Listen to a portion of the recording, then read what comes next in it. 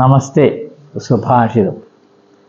വരം കൂപശതാദ്വാപി വരം വാപി ശതാത് ക്രതുഃ വരം ക്രതുശതാത് പുത്രഃ സത്യം പുത്ര ശരദാത് വരം.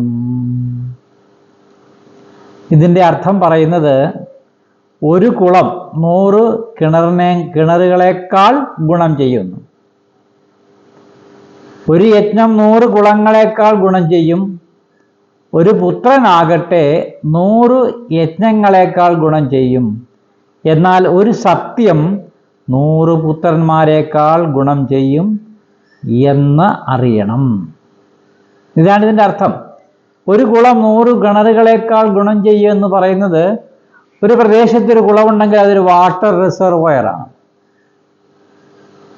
ആ പ്രദേശത്തെ ജലാശയങ്ങൾ, അതായത് കിണറുകളൊക്കെ നശിക്കാതെ, കിണറുകൾ വറ്റാതെ ഒരു കുളം ആ പ്രദേശത്തുണ്ടെങ്കിൽ, എത്ര വേനലുണ്ടെങ്കിലും, എത്ര വേനൽക്കാലമാണെങ്കിലും ഒരു പ്രദേശത്തൊരു കുളം ഉണ്ട് എങ്കിൽ ആ ഭാഗത്തെ ഒരു കിണറുകളും വറ്റില്ല എന്ന് പഴമക്കാർ പണ്ടേ പറഞ്ഞിട്ടുണ്ട്.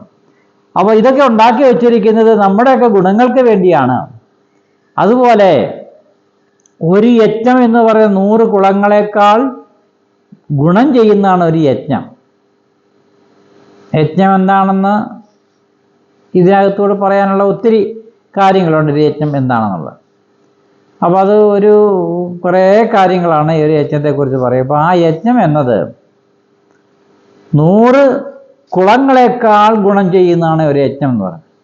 അതേപോലെ ഒരു പുത്രൻ ഈ 100 യജ്ഞങ്ങളേക്കാൾ ഗുണമേറിയതാണ് ഒരു പുത്രൻ എന്ന് പറയുന്നത്.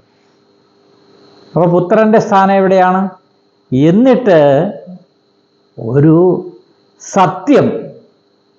സത്യമെന്നത് 100 പുത്രന്മാരേക്കാൾ മഹത്തരമാണ്, ഗുണം ചെയ്യുന്നതെന്നാണ് സത്യം എന്ന് പറയുന്നത്. അപ്പോൾ സത്യത്തിന് കൊടുത്തിരിക്കുന്ന വില എത്രമാത്രം ഉയർന്നതാണ് എന്ന് നമ്മൾ മനസ്സിലാക്കണം. നമസ്തേ.